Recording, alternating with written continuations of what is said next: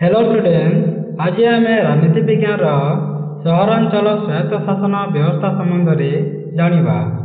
भारत एक ग्रामबहुल देश हेले मध्य यार विभिन्न अंचल में वर्तमान छोट बड़ सहर गढ़ी उठी। आम ओडिशा रे भुवनेश्वर, ब्रह्मपुर, सम्बलपुर और राउरकेला आदि सहर गढ़ी उठी। यही सहर मानकरे बहुत लोक बास करुछंती। तेणु स्वायत्त शासन व्यवस्था केवल ग्रामांचल में सीमाबद्ध न रही सहरांचल में प्रचलित होइअछि। सहरांचल में प्रतिष्ठित यह स्वायत्त शासन संस्था हेउछि महानगर निगम, पौरपालिका और विज्ञापित अंचल परिषद। प्रथम आम जानिबा महानगर निगम विषय रे। महानगर निगम गुड़िक राज्य द्वारा प्रणीत आईन अनुसार गठित हुए, जेमिति दिल्ली, कोलकाता परी ओडिशार कटक, भुवनेश्वर, ब्रह्मपुर, सम्बलपुर और राउरकेला रे महानगर निगम गठन करा जायछि। तापर आम जानिबा महानगर निगम गठन विषय रे। नगर को विभिन्न वार्ड में भाग करा जाए। जड़े लेखाए प्रतिनिधि प्रत्येक वार्ड नगर बा नगम परिषद साबालक भोटपता जरिया निर्वाचित होइथांती। एमानक आमे कॉर्पोरेटर कही था। यही कॉर्पोरेटर मानक मध्यरु केतेक सभ्यपद आदिवासी, महिला, हरिजन मानक पई संरक्षित हेबा व्यवस्था अछि। निगमर प्रतिनिधि माने सेमानक मध्यरु जनकु मेयर और आउ जनकु डेप्यूटी मेयर भाव में निर्वाचित करिथांती। मेयर निगमर मुख्य अटंती और निगम परिषद रे अध्यक्षता करिथांती। से निगमर कमिशन और सरकार मध्य जोगसूत्र करिथांती। तांको अनुपस्थिति रे डेप्यूटी मेयर निगमर विभिन्न कार्य संपादन करिथांती। तुमे जानिछ कि महानगर निगम 10 लाख रु अधिक लोक बास करुथिबा सहर रे महानगर निगम गठन करा जाए और पौरपालिका 25,000 रु अधिक लोक बास करुथिबा सहर मानकरे पौरपालिका बा म्युनिसिपालिटी गठन हुए और विज्ञापित अंचल परिषद 10,000 रु अधिक लोक बास करुथिबा छोट सहर रे विज्ञापित अंचल परिषद बा एनएसी गठित हुए।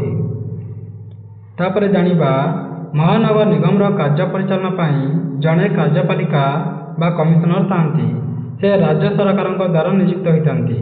से निगम समस्त बैठक रे जोग देइथांती और यार कार्यविधि रे अंशग्रहण करिथांती। से विभिन्न बजेट रिपोर्ट प्रस्तुत करी निगम परिषद रे दाखल करिथांती। तापर आम जानिबा महानगर निगम कार्यगुड़िक।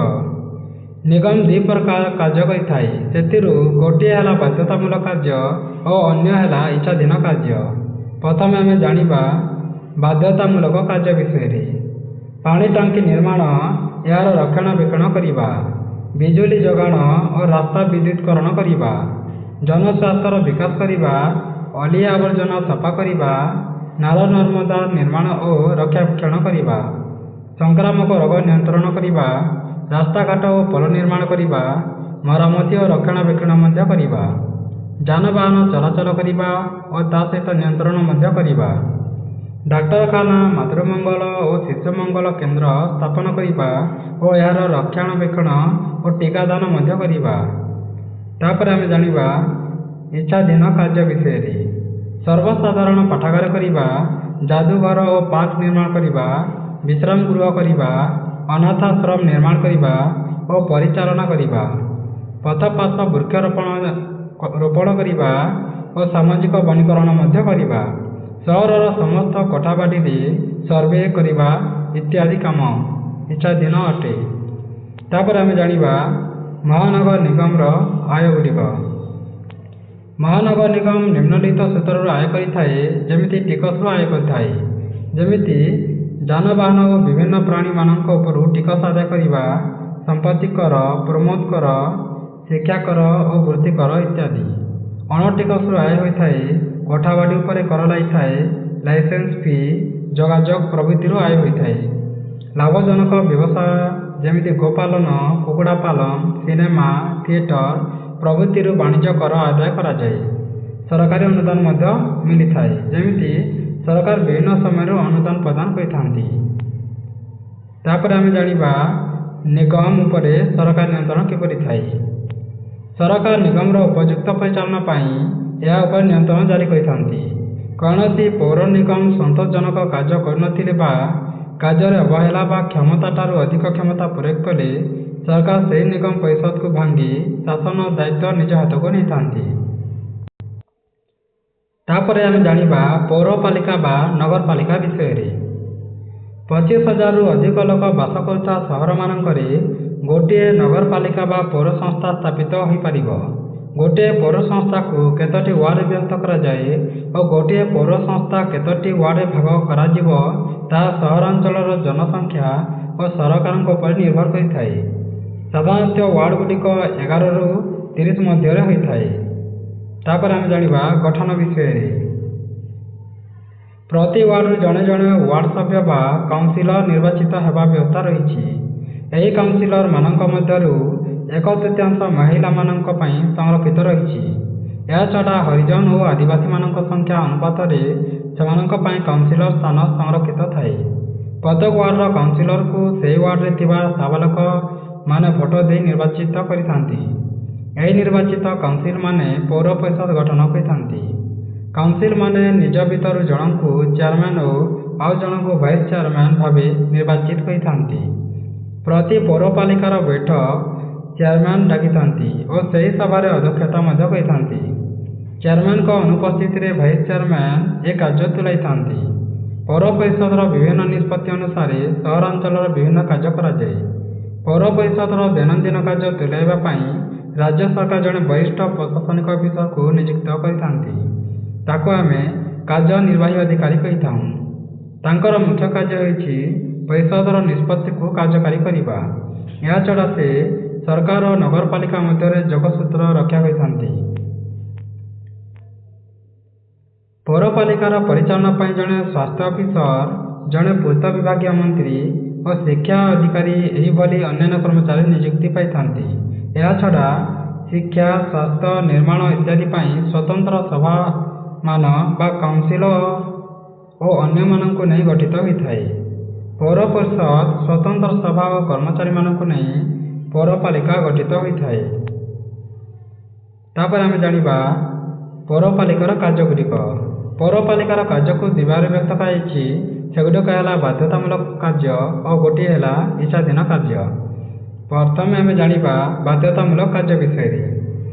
ଗମନାଗମନ କରିବା, ରାସ୍ତା ନିର୍ମାଣ କରିବା ଓ ତା'ର ରକ୍ଷଣାବେକ୍ଷଣ କରିବା, ପାନୀୟ ଜଳ ଯୋଗାଣ କରିବା, ଜଳ ନିଷ୍କାସନ ଓ ଆଲୋକର ବ୍ୟବସ୍ଥା ମଧ୍ୟ କରିବା, ସଂକ୍ରାମକ ରୋଗ ନିରାକରଣ ଓ ପ୍ରତିଷେଧକ ବ୍ୟବସ୍ଥା କରିବା, ଆବର୍ଜନା ନିଷ୍କାସନ ଓ କଷ୍ଟମ ଖାତ ଖନନ କରିବା, ପ୍ରାଥମିକ ଶିକ୍ଷାର ପ୍ରସାର ଓ ବିଦ୍ୟାଳୟ ଗୃହ ନିର୍ମାଣ କରିବା, ଜନ୍ମ ମୃତ୍ୟୁ ପଞ୍ଜୀକରଣ କରିବା।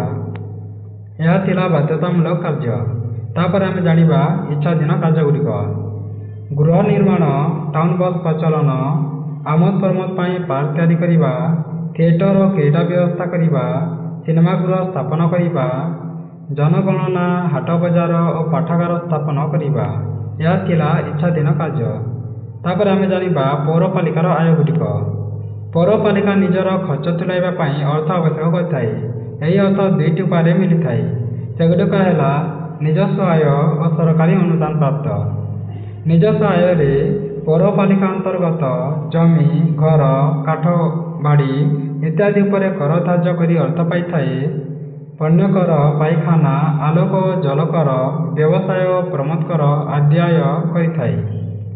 ତାପରେ ଯାନବାହନ ଯଥା ସାଇକେଲ, ରିକ୍ସା, ଶଗଡ଼ ଗାଡ଼ି, ଟ୍ରଲି ଗାଡ଼ି ଇତ୍ୟାଦି ଉପରୁ ଟିକସ ମଧ୍ୟ ଆଦାୟ କରିଥାଏ।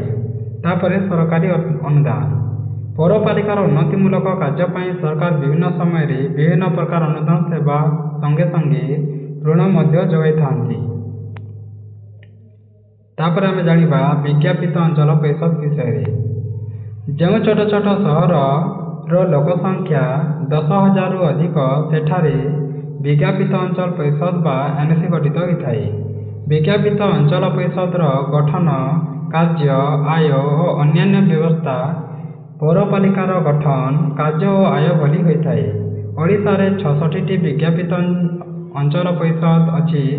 ସହରାଞ୍ଚଳ ସ୍ୱାୟତ୍ତ ଶାସନ ବ୍ୟବସ୍ଥା ଫଳରେ ଲୋକମାନେ ନିଜ ଅଞ୍ଚଳର ବିଭିନ୍ନ ସମସ୍ୟା ନିଜେ ସମାଧାନ କରିପାରୁଛନ୍ତି। ଏହାଛଡ଼ା ବିଭିନ୍ନ ସରକାରୀ ଯୋଜନାଗୁଡ଼ିକ ସ୍ଥାନୀୟ ଲୋକମାନଙ୍କ ସହଯୋଗ ପାଇବା ଫଳରେ ସଫଳ ଭାବେ କାର୍ଯ୍ୟକାରୀ ହୋଇ ଦେଶ ପ୍ରଗତି ପଥକୁ ସୁଗମ କରୁଛନ୍ତି।